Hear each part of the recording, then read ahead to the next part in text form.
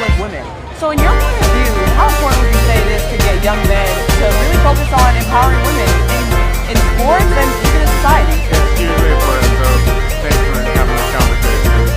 I'm the first man ever to be in this role, married to the first woman, Kamala Harris, to be vice president. And you really see the impact of that here in the States and all over the world. So being the first man, I feel I have a real obligation to uplift women in sports, women in leadership, any way I can, and we need to make sure it's equal. Yes, there's tension everywhere, and I think that's the hardest part is trying to fight for gender equality. Everyone always likes to talk about the pay gap, but I think it's more than that. It's about seeing the importance of women's sports. So the vice president, the administration has really championed pay equity, not only in sports, but pay equity everywhere. And it's not just pay, it's child care, family leave, and all the things that we need to have so it's fair.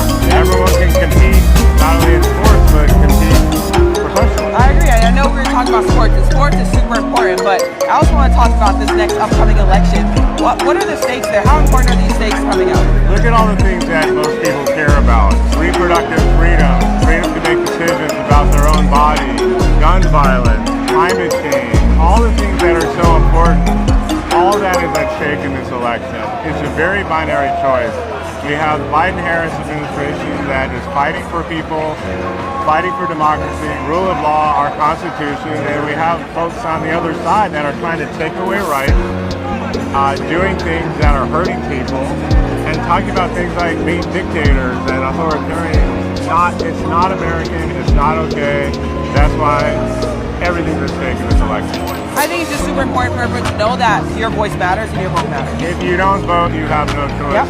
Not voting is just like voting for the other person. I mean, when people are complaining about things and they say, what can I do? Like, they go make sure you vote, make sure everyone registers and vote. That's what it's all about. Thank you so much. Thank you. It's good to talk to you. Thank you.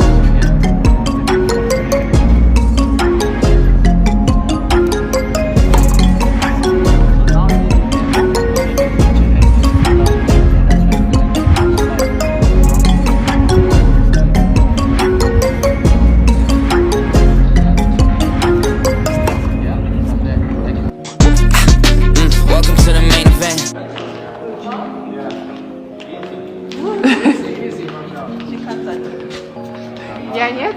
Я могу подпрыгнуть.